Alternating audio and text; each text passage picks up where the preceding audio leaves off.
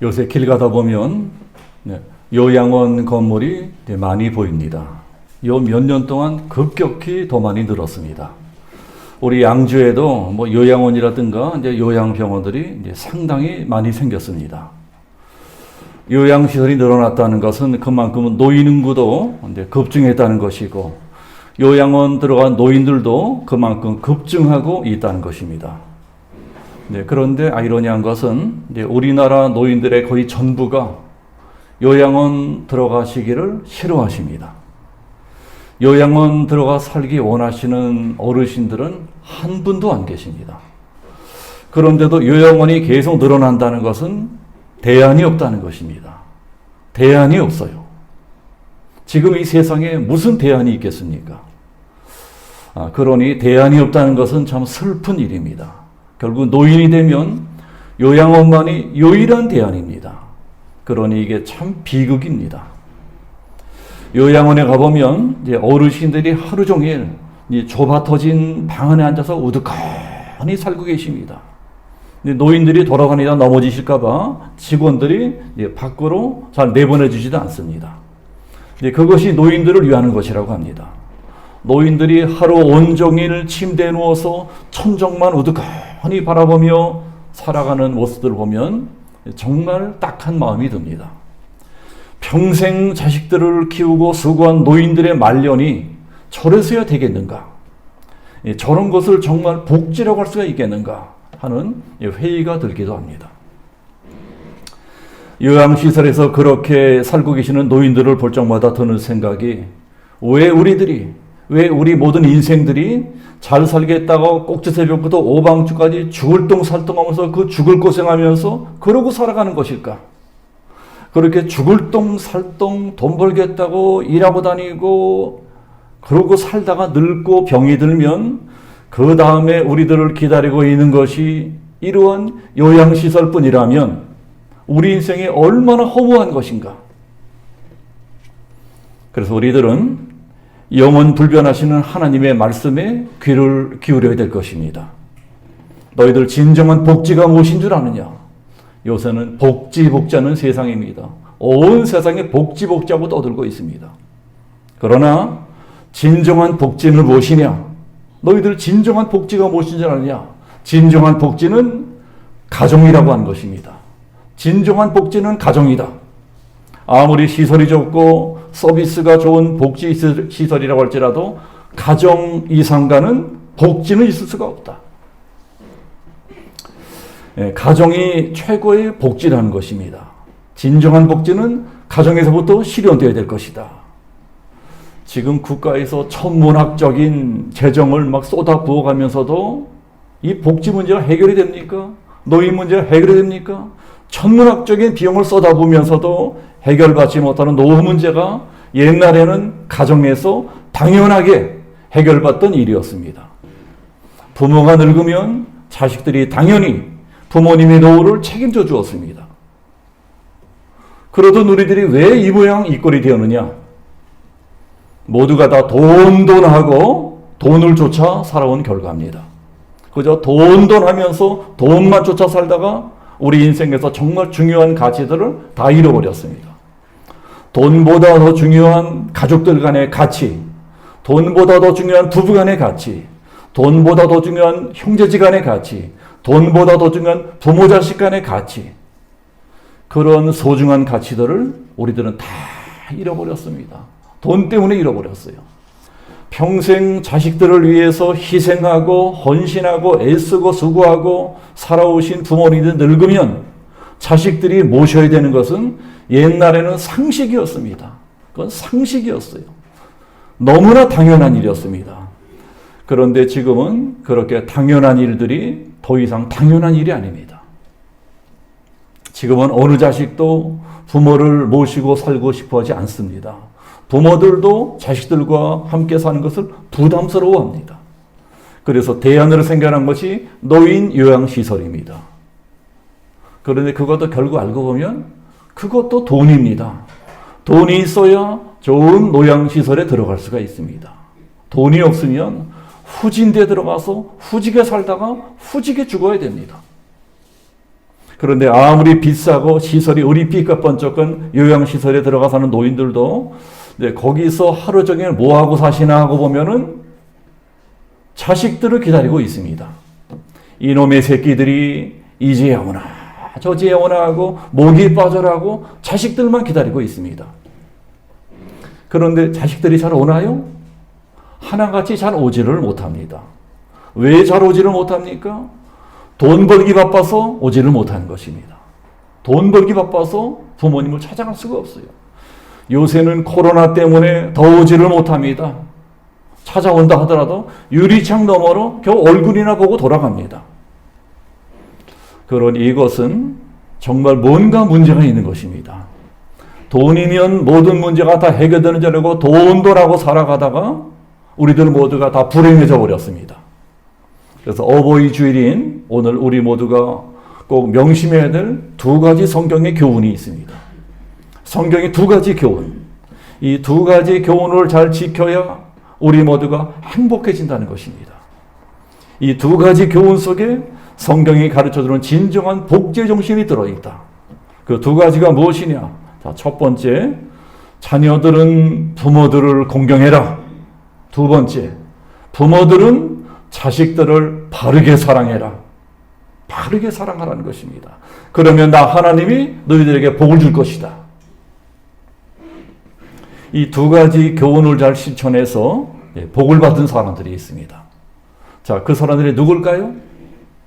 자, 야곱이란 아버지와 요셉이라고 하는 아들입니다. 제가 창세기에서 찾아낸 두 사람이 야곱과 요셉입니다. 이 두 사람은 아주 성경적으로 부모님을 잘 공경하고 아주 성경적으로 자식 사랑을 실천했습니다. 우리가 이 두 사람을 잘 봐야 됩니다. 야곱은 우리가 잘 아는 대로 아브라함과 이삭과 함께 창세기를 대표하는 유명한 믿음의 조상입니다. 또 한 시대를 풍미했던 큰 인물입니다. 자, 그런 사람도 나이가 드니까 늙으니까 어쩔 수 없이 뒷방 늙은이 신세가 되어버렸어요.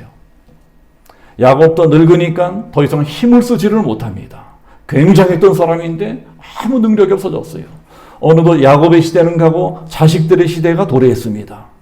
초나이 야곱도 이제는 초라한 뒷방 늙은이가 되었습니다. 거기다가 인생 말년에 큰 흉년까지 닥칩니다. 고대 세계 흉년은 요새로 치면 경제 불황이다 생각하면 됩니다. IMF가 닥친 것입니다. 코로나가 터진 것입니다. 그래서 야곱이 말년에 늙음하게 경제적인 어려움까지 겪게 되었습니다. 돈이 없어서 고생하게 된다는 것은 젊을 때보다 늙을 때가 더 심각합니다.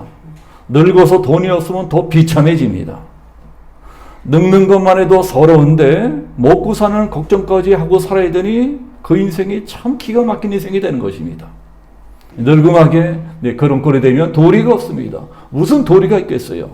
노인이 되어서 경제력이 없어지면 어쩔 수 없이 자식들 신세를 져야 됩니다. 그래서 어느 시대 어느 나라나 노인들의 최대의 복지는 결국은 자식일 수밖에 없습니다. 사실은 그게 하나님이 정해놓으신 법칙입니다. 그래서 농사 중에 자식 농사 잘 지는 것이 최고의 농사다 하는 말이 나왔습니다. 다행히 야곱이란 노인에게는 자식 농사를 하나 잘 지어둔 놈이 있었습니다. 자, 이게 누구예요?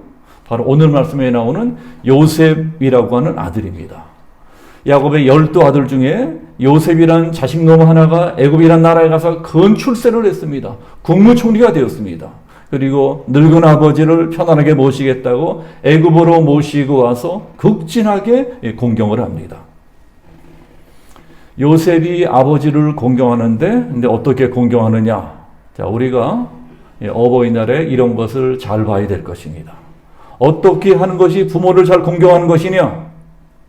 47장 1절을 보면 요셉이 자기 아버지 야곱을 애굽으로 모시고 오는 것이 나옵니다. 애굽으로 아버지를 모시고 와요. 그런데 애굽에 어디로 모시고 오느냐?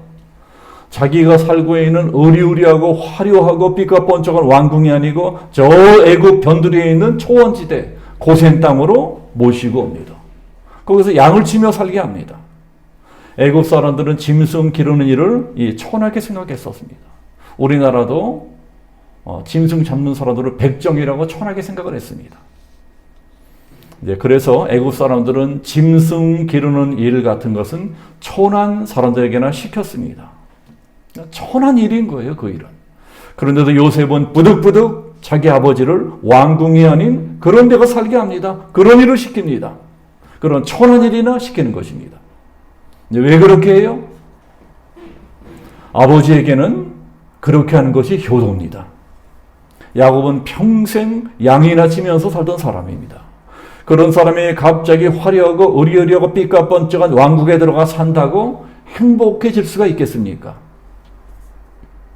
그런 사람은 차라리 들판에서 계속 양이나 치고 사는 것이 훨씬 행복합니다.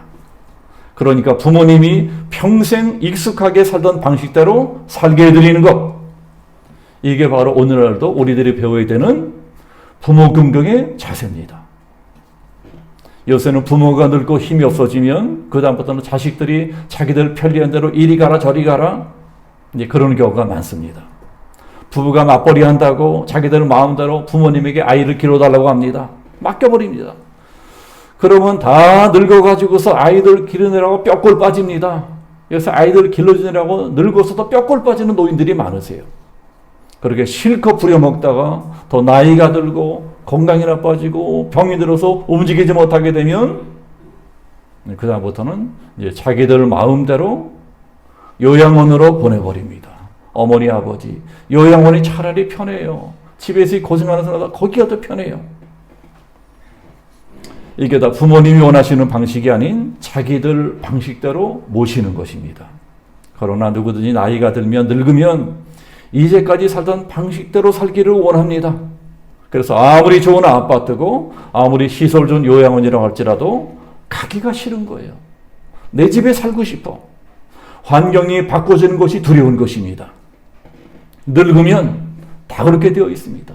젊은 사람들은 변화를 좋아하고 변하며 살아지만 늙은 사람들은 변화를 싫어해요. 늙으면 이제까지 그냥 내 살던 방식대로 사는 것이 편한 것입니다. 제 친구 아버님 중에 저 시골 농촌에서 이제 평생 농사 짓고 살던 그런 분이 계셨어요. 어머니가 권사님이신데 장로님이랑 권사님이랑 두 분이 농사 짓고 사시다가 어머니 권사님이 먼저 돌아가셨습니다. 그러니까 노인 혼자 살게 됐어요. 그러니까 자식들이 찾아와서 아버지, 어머니도 돌아가셨는데 어머니도 안 계신데 어떻게 아버지 혼자 사세요? 누가 밥해 드려요? 누가 챙겨 드려요? 그럼 이제는 힘든 농사일 같은 거 그만두시고 서울로 올라왔어요. 우리가 돌봐드릴게요. 저희가 아파트 얻어드릴게요. 그 노인이 장로님이 싫다. 나는 평생 여기서 농사 짓고 살았는데 다 늙어서 서울 가면 뭐하냐? 싫다는데도 가족들이 강제로, 아들들이 강제로 땅을 다 팔아버렸습니다. 그리고 그 돈으로 서울 변두리에 조그만 아파트 13평짜리 아파트를 사드렸어요. 거기서 아버지 혼자 살게 합니다. 그러면서 자식들이 가끔씩 왔다 갔다 하면서 챙겨드리고 돌봐드립니다. 그러나 아무도 아는 사람 없는 서울 변두리 구석에서 그 노인 혼자 뭐하고 살겠습니까? 맨날 우두커니 하늘 쳐다보고 맨날 텔레비만 보고 그러고 혼자 살아갑니다. 그러다가 그만 치매에 걸렸습니다. 치매를 좀 일찍 발견했으면 좋았을 텐데 그러면 치매도 관리가 되고 치료할 수 있거든요. 그런데 자식들이 워낙에 바쁘게 살다 보니까 아버지가 치매가 아주 심해진 다음에야 발견했어요. 우리 아버지가 치매 걸리셨네. 치매가 너무 심한 거예요. 그러니까 자식들이 감당을 할 수가 없습니다. 그러니까 자식들이 상의를 합니다. 우리가 이 일을 어떻게 하느냐. 자식들이 상의하고는 도리가 없다. 아버님을 요양시설로 보내야 되겠다고 요양시설로 보내버렸습니다. 그 장로님이 요양시설에서 치매가 점점 심해집니다. 결국 손발이 꽁꽁 묶인 채 살게 되었어요. 막 난리를 치니까 직원들이 손발을 묶어버렸습니다. 짐승처럼 손발이 묶인 채로 힘들게 사시다가 이제 쓸쓸하게 이제 세상을 떠나셨습니다. 왜 싫다는 아버지를 저희들 마음대로 서울로 올라오게 해서 콧구멍만한 아파트에서 혼자 처박아 두고 치매 걸리게 해요. 시골에서 그 어르신이 그냥 농사 짓고 살았다면 치매 같은 것은 걸리지 않았을지도 모릅니다. 그런데 자식놈들이 아버지를 편안하게 모시겠다고, 편안하게 살겠다고 저희들 마음대로 싫다는 아버지를 강제로 모시고 와서 불행하게 사시다가 불행하게 세상을 떠나시게 만들었습니다. 그러니까 부모를 공경한다는 것이 무엇이냐? 부모님이 원하시는 대로 살게 해드리는 것입니다. 부모님이 좋아하시는 일을 하게 해드리는 거예요. 요셉이라는 아들이 그것을 실천한 아들입니다. 아버지가 원하시는 방식대로 여생을 살게 해드립니다. 아버지가 원하시는 대로 나는 왕궁은 싫다. 나는 들판에서 양을 치는 거 사는 게 좋다. 그대로 해드리는 거예요. 사람들이 욕을 해도 그대로 해드립니다. 그것이 아버지를 공경하는 겁니다. 야곱이 자식놈 하나를 잘 둬서 노년에도 자기가 하던 일을 계속하며 살게 됩니다. 죽을 때까지 양을 치며 살게 돼요. 그게 축복입니다. 요새도 어떻게 사는 게 행복입니까? 노년에도 뭔가 일거리가 있는 것이 행복입니다. 맨날 우두커니 살면 뭐 하겠어요? 노년에도 일거리가 있는 게 행복이에요. 자기가 좋아하는 그 일을 하며 사는 것이 행복입니다. 그러다가 정 그 일도 못하게 되면 기도하는 거예요. 자, 기도하는 것도 일입니다. 기도도 열심히 하는 거예요. 그러니까 교회 가까이에서 열심히 기도하고 사는 것입니다. 그것도 일이에요. 그렇게 살게 해드리는 거예요. 우리나라의 노인복지도 결국은 그런 식으로 발전해 나가야 된다고 생각을 합니다. 그냥 밥이나 먹여주고 그냥 잠이나 재워주고 하루 종일 어떡하니 천장이나 쳐다보고 그러고 살게 하는 것은 진정한 복지가 아니라는 거예요. 또 오늘 성경 1절을 보면 야곱이 병이 들지요. 야곱이 병이 듭니다. 아마 나이가 많아서 노환이 찾아온 모양입니다. 이것도 어쩔 수 없는 자연스러운 현상입니다. 누구나 늙으면 병들게 돼 있어요. 병이 찾아오게 되어 있습니다. 우리 인생의 제일 슬픈 일이 그것입니다. 늙으면 어쩔 수 없이 죽게 되어 있는데 그냥 죽어요? 꼭 병들어서 죽습니다. 꼭 병들어서 죽게 돼요. 그래서 생로병사, 사람이 태어나서 늙고 그 다음에 병들어서 죽습니다. 그런데 아버지가 이제 병에 걸렸다는 소식을 듣고서 요셉이 어떻게 합니까? 어떻게 합니까? 바로 달려옵니다. 즉시 달려옵니다. 야곱에게는 다른 자식도 많지만 제일 먼 데 살고 있는 요셉이 소식 듣자마자 바로 달려옵니다. 바로 병무단으로 옵니다. 부모를 잘 공경한다는 것은 이런 것입니다. 우리가 부모를 공경한다는 것이 굉장히 어렵고 복잡하고 돈도 많이 들고 그런 것 같지만 알고 보면 오늘 성경 같은 것입니다. 원리가 간단해요. 자, 그것이 무엇입니까? 바로 하는 것입니다. 즉시 해주는 것입니다. 마음에 감동이 오면 바로 하는 거예요. 부모님이 나를 기다리시겠구나. 나를 보고 싶어 하시겠구나. 그럼 바로 찾아가는 것입니다. 아, 부모님이 이런 게 필요하시겠구나. 그러면 바로 해드리는 것입니다. 물론 지금은 워낙 바쁜 시대이기 때문에 부모님을 찾아뵙는 거 쉽지 않습니다. 살기가 힘들어서 뭘 좀 해드리고 싶어도 형편이 안 되어서 못 해드리는 자식도 많이 있습니다. 솔직히 우리 아이들만 뭐라고 할 수 없습니다. 요새 젊은 사람들 하루하루가 전쟁터입니다. 뭐 직장이고 사업이고 생존 경쟁이 워낙 치열해서 마음은 있어도 부모님한테 잘해드리기 쉽지 않아요. 부모님 찾아뵙기 쉽지 않습니다. 부모님 용돈 드리기 쉽지 않아요. 마음은 있어도 뭔가 해드리는 것이 쉽지 않은 것입니다. 그래서 어쩔 수 없이 내일 해드리자, 내일 해드리자, 다음 주에 해드리자, 다음 달 찾아뵙자 이러고 자꾸 미루게 됩니다. 그래도 우리들은 성경이 말씀하는 효도의 원리는 알고 있어야 됩니다. 오늘 성경에 어떻게 하는 것이 효도라고 말씀합니까? 바로 해드리는 것입니다. 즉시 해드리는 거예요. 요셉이 그렇게 한 것입니다. 부모님이 편찮으시다 하는 소식을 들으니까 얼마나 바빴겠어요. 국무부장이가 만사 제쳐놓고 바로 달려옵니다. 바로 달려와서 아버님 어떠시냐고 병문안을 하는 것입니다. 이게 효도입니다. 자, 그렇다면 야곱은 어떻게 하나요? 야곱은 어떻게 하죠? 우리들은 아들 요셉이 하는 것뿐만이 아니고 아버지가, 부모가 야곱이 어떻게 하느냐 하는 것도 잘 봐야 됩니다. 부모가 그저 자식들에게 바라기만 하고 그래도 안 됩니다. 오늘 성경을 보면 아버지 야곱은 무엇을 하느냐? 아들을 축복합니다. 요셉을 축복하는 거예요. 아들만 축복합니까? 손주들도 다 축복합니다. 고루고루 축복을 해요. 이것이 정말 중요합니다. 왜 하나님이 우리 부모들을 이 늙은 나이까지 데려가지 않으시고 살려두시는 것일까? 왜 그럽니까? 자식들을 축복해 주라고 우리 부모들을 살려두시는 것입니다. 기도하라고 살려두시는 거예요. 자식들은 부모의 축복을 받아야 됩니다. 부모가 축복하면 그 축복한 대로 하나님이 인생길을 열어주십니다. 부모의 축복을 많이 받고 자라는 자식일수록 그 인생길이 형통하고 평탄한 경우가 많습니다. 그런데 부모의 축복을 잘 받지 못하고 자라는 자식들이 있습니다. 그런 아이들은 이상하게 그 인생길이 고달프고 힘들게 되는 경우가 많습니다. 그래서 우리 부모된 사람들이 해야 될 가장 큰 사명이 무엇이냐? 자식을 위해서 축복하는 것입니다. 축복하며 기도해 주는 것입니다. 그러나 축복도 아무나 합니까? 솔직히 축복도 아무나 할 수 있는 것이 아닙니다. 구약 성경에서는 오직 제사장들에게만 축복할 수 있는 권세가 주어졌습니다. 그러니 야곱이 이렇게 당당하게 자식들을 축복할 수 있었던 것이 무엇이냐? 야곱이 제사장이었다는 거예요.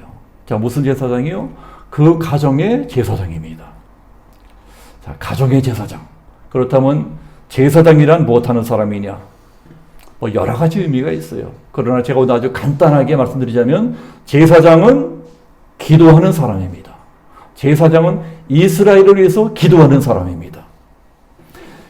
이스라엘이라는 나라는 제사장 국가입니다. 제사장이 나라를 위해서 기도하면 하나님이 그 제사장의 기도를 들으시고 이스라엘에 복을 주십니다. 이스라엘이라는 나라가 그런 것처럼 우리 가정에도 제사장이 있어야 된다는 것입니다. 누구라도 우리 집을 위해서 간절하게 기도하는 사람이 있다면 그 사람이 제사장입니다. 그렇다면 우리 가정에는 누가 그런 제사장이 되어야 되겠습니까? 당연히 우리 부모들이 되어야죠. 당연히 우리 부모된 사람들이 제사장이 되어야죠. 이스라엘 나라의 제사장들이 제사장으로의 사명을 다 하고 성실하게 나라를 위해서 간절하게 기도하면 그때 이스라엘은 평안하고 부강해졌습니다.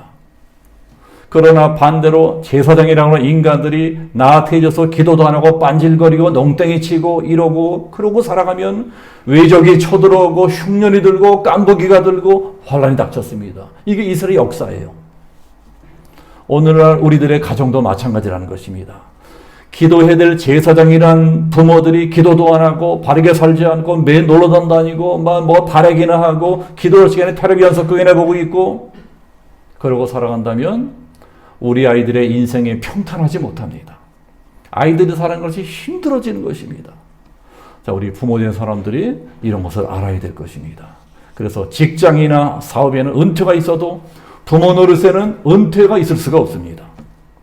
우리 부모된 사람들이 평생 동안 열심히 직장도 다니고 장사도 하고 그러고 살다가 노인이 되어서 은퇴를 하면 자, 그때부터는 뭐 해야 될 때냐?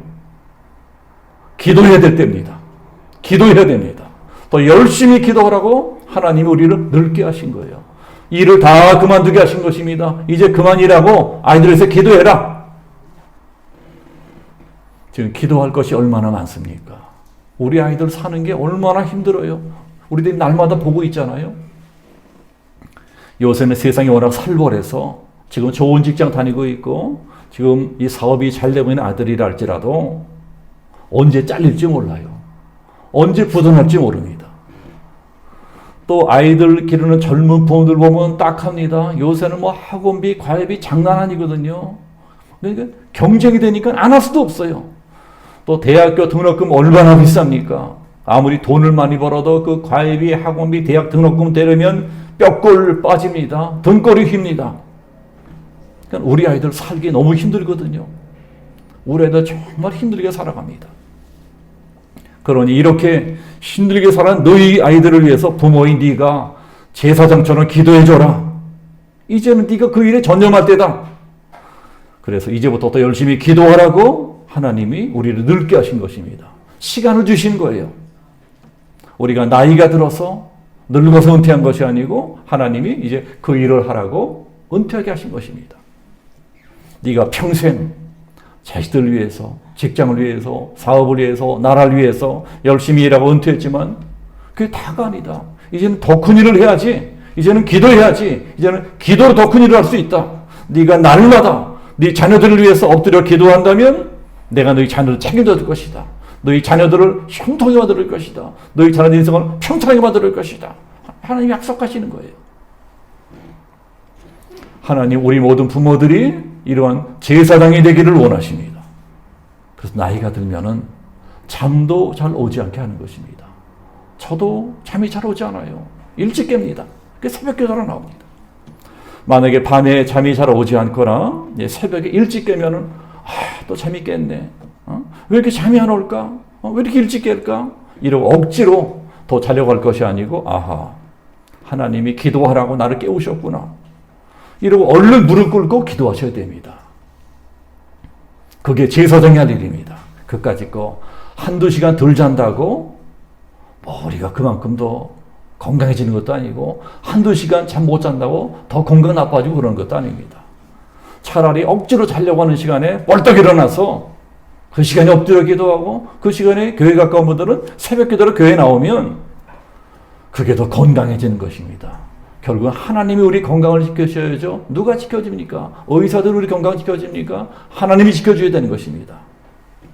이렇게 우리 부모들이 자녀들을 위해서 자나깨나 열심히 기도하고 또 새벽 기도하고 그러면 하나님이 우리 아이들에게도 복을 주십니다.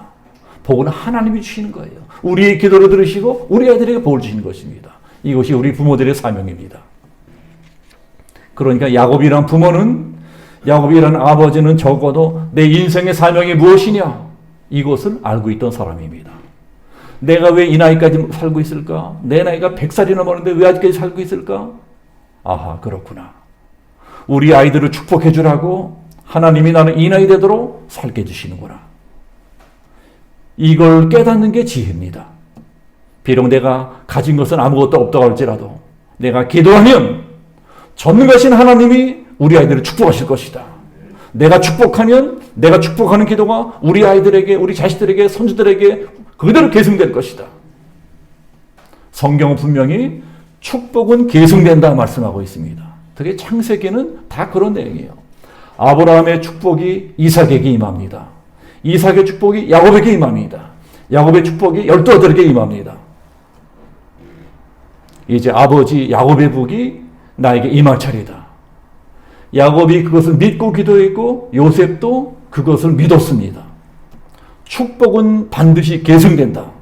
그래서 48장을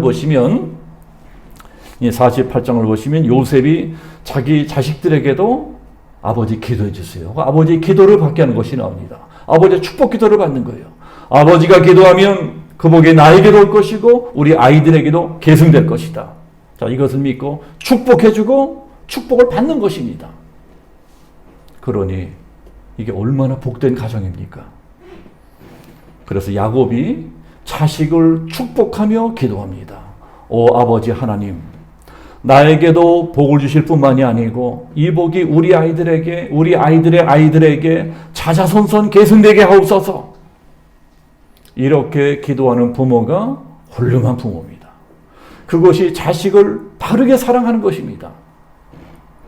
비록 내가 돈은 좀 많지 않아도, 그래서 비록 큰 출세하지 못하고 큰 성공은 못했다고 할지라도 이런 믿음으로 자식을 축복하는 부모, 그런 부모가 하나님 보시기에는 진짜 좋은 부모입니다. 야곱이 그런 부모였어요. 야곱은 자식들을 위해서 늘 축복하고 기도하는 부모였습니다. 그래서 48장 15절부터 보면은 야곱이 요셉에게 축복하는 말씀입니다. 자, 뭐라고 축복합니까? 자, 48장 16절 중간부터 보면 이들로 내 이름과 내 조상 아브라함과 이삭의 이름으로 징하게 하시오며, 기도하는데 이게 이런 기도예요. 하나님, 부디 제 이름이 우리 아이들을 통해서 널리 알려지게 되어지기를 원하나이다. 자기 아이들의 이름이 온 세상에 유명하게 되기를 바란다는 것입니다. 자기 아이들의 이름이 유명하게 되면 그 다음에 당연히 자기 이름, 부모 이름도 유명하게 되고요. 자기 조상들의 이름까지 유명하게 됩니다. 자식들이 좋은 교회 줘서 모든 사람들에게 칭송을 받게 해달라고 기도하고 있습니다. 또 선주들을 위해서도 기도하죠. 선주들을 위해서 뭐라고 기도합니까? 이들이 세상에서 번식되기를 원하나이다. 자손들이 번성하게 해달라고 기도합니다. 우리 아이들과 우리 손주들이 이 세상에서 번성하게 되어지기를 원하나이다. 이 세상의 복 중에 번성하는 복만한 것이 어떻게 있습니까? 번성의 축복이 진짜 축복이에요. 쪼그라드는 것이 아니고 번성하는 게 축복입니다. 우리 양주명성교회 모든 성도들의 자녀들도 다 이렇게 번성하게 되시기를 축복합니다. 또 20절 가운데 보시면 이런 말씀이 나오죠. 하나님이 내게 에브라임 같고 므낫세 같게 하시리라 하는 말씀이 나와요. 이제 이게 기도입니다. 자, 이것이 무슨 뜻이냐? 앞으로 이스라엘 백성들이 이스라엘 나라에 살고 있는 사람들이 자기 자식들을 축복할 적에 이렇게 기도하게 해달라고 하는 것입니다. 아버지 하나님, 우리 아이들이, 우리 자식들이 야곱의 손자인 에브라임같이 복을 받게 해주옵소서. 야곱의 손자인 므낫세같이 복을 받게 해주옵소서. 이렇게 기도하기를 원한다는 것입니다. 이스라엘 사람들이 기도할 적에 야곱의 기도를 생각합니다. 그러면서 얘야, 내 아들아, 너는 부디 에브라임 같이만 살아다오. 너는 부디 도도돌도 말고 므낫세 같이만 살아다오. 이렇게 기도하기를 원한다는 것입니다. 이게 정말 최고의 기도가 아닌가요? 최고의 축복 기도입니다. 그러니까 우리도 이왕이면 이렇게 기도해야 됩니다. 기도하는데 돈 듭니까? 기도는 돈도 안 들어요. 우리들이 기도를 아낄 필요가 없습니다. 축복 기도를 아낄 필요가 없어요. 그러니까 이왕 우리들이 아이들에서 기도할 때는 최고의 축복을 구해야 됩니다. 하나님, 내 아이를 이렇게 축복해 주옵소서. 최고의 축복을 해주는 것입니다. 그럼 아이들이 능력 이상으로 살게 돼요.